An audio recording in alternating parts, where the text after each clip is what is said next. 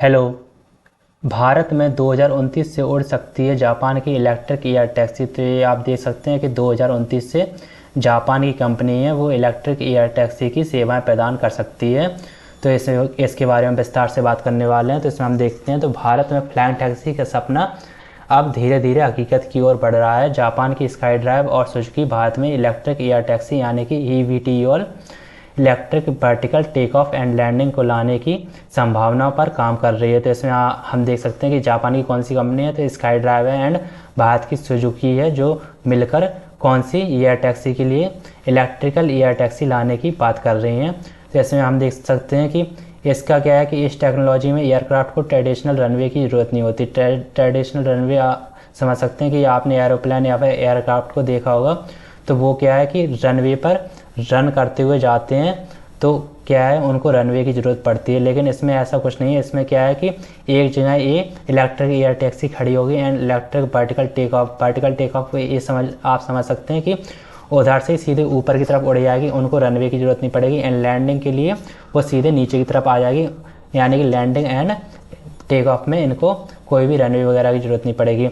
या ये आप देख सकते हैं फ़ोटो में, तो ये सीधे नीचे से ऊपर उड़ी है एंड ऊपर से सीधे नीचे आ जाएगी, कोई प्रॉब्लम नहीं होगी। यह हेलीकॉप्टर की तरह वर्टिकल टेक ऑफ और लैंडिंग कर सकती है।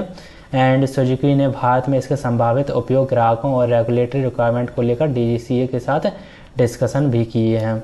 इसके बाद सबसे इंटरेस्टिंग बात यह है कि स्काई ड्राइव के 3 सीटर इलेक्ट्रिक एयर टैक्सी की रेंज को शुरुआती लगभग 15 किलोमीटर से बढ़ाकर 2029 तक करीब 30 किलोमीटर करने का लक्ष्य बताया गया है। इसके बाद 2031 तक रेंज को लगभग 40 किलोमीटर तक ले जाने की योजना बताई गई थी। यही 2029 वाला आंकड़ा इस खबर के हेडलाइन का आधार है।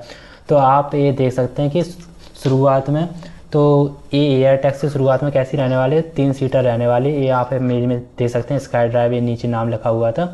एंड स्काई ड्राइव के 3 सीटर इलेक्ट्रिक एयर टैक्सी की रेंज को शुरुआती लगभग 15 किलोमीटर, यानी कि शुरुआत में 15 किलोमीटर रेंज रखने वाले हैं। एंड 2029 तक ये रेंज कितनी बढ़ाने वाले हैं, तो 15 किलोमीटर से 30 किलोमीटर कर देंगे। एंड इसके बाद ये रेंज बढ़ाते जाएंगे, तो 2031 तक इनका क्या है योजना कितने की है, तो 40 किलोमीटर रेंज की इनकी योजना है।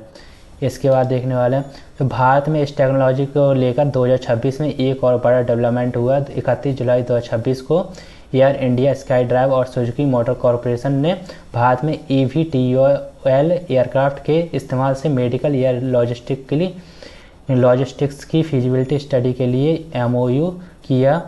एंड तीनों कंपनियां यह अध्ययन करेंगी कि ट्रैफिक से परेशान बड़े भारतीय शहरों में इमरजेंसी मेडिकल सप्लाईज को तेज़ी से पहुंचाने के लिए फ्लाइंग एयरक्राफ्ट का इस्तेमाल कैसे किया जा सकता है। यानी फिलहाल भारत में स्काई ड्राइव का सबसे नया कन्फर्म कोलैबोरेशन पैसेंजर टैक्सी से ज़्यादा मेडिकल लॉजिस्टिक्स पर केंद्रित है। यानी कि स्काई ड्राइव अभी शुरुआत में किस पर काम कर रही है, तो किसका एमओयू साइन हुआ है, तो एयर इंडिया और स्काई ड्राइव और सुजुकी मोटर कॉरपोरेशन के बीच में एमओयू साइन हुआ है। एंड इसमें क्या बात की गई है कि जो भी सरकारी अस्पताल वगैरह हैं एंड जो भी मेडिकल इक्विपमेंट वगैरह हैं वो इमरजेंसी के टाइम पर पहुंच जाएं, इससे ट्रैफिक वगैरह का प्रॉब्लम नहीं हो।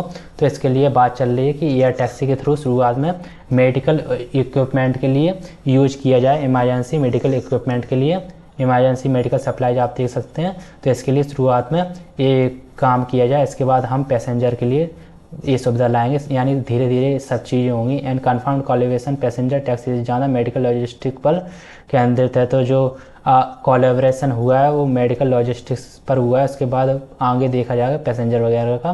तो इसका मतलब यह है कि आने वाले समय में भारत में सड़क के ट्रैफिक से बचकर दवाइयाँ, मेडिकल सप्लाईज और संभवतः बाद में पैसेंजर्स भी हवा के रास्ते कम दूरी तय कर सकेंगे। ईवीटीओएल का सबसे बड़ा फ़ायदा यह है कि इसे छोटी जगहों या स्पेशली डेवलप्ड वर्टीपोर्ट्स से ऑपरेट किया जा सकता है, जिससे अर्बन ट्रांसपोर्टेशन का एक बिल्कुल नया विकल्प सामने आ सकता है। यानी कि इस टैक्सी का एक फ़ायदा ये है कि रनवे वगैरह बनाने की ज़रूरत नहीं है। एक छोटे सी जगह पे ये टेक ऑफ भी कर सकती है, लैंड भी कर सकती है। यानी कि सिर्फ इसका जितना साइज़ है, जो भी टैक्सी का साइज़ है 3 सीटर है, तो ये छोटी ही होगी। तो उतनी छोटे में यानी कि आगे भविष्य में शायद छत वगैरह पे भी लैंडिंग हो सके एंड टेक ऑफ हो सके, तो ये आगे देखा जाएगा। इसके बाद भारत में 2029 कमर्शियल एयर टैक्सी टारगेट केवल स्काई ड्राइव से जुड़ा हुआ नहीं है। यानी कि सिर्फ स्काई ड्राइव जो जापानी कंपनी वही अकेली इसको टारगेट नहीं कर रही है, इसके अलावा भारतीय बहुत सारे स्टार्टअप्स हैं।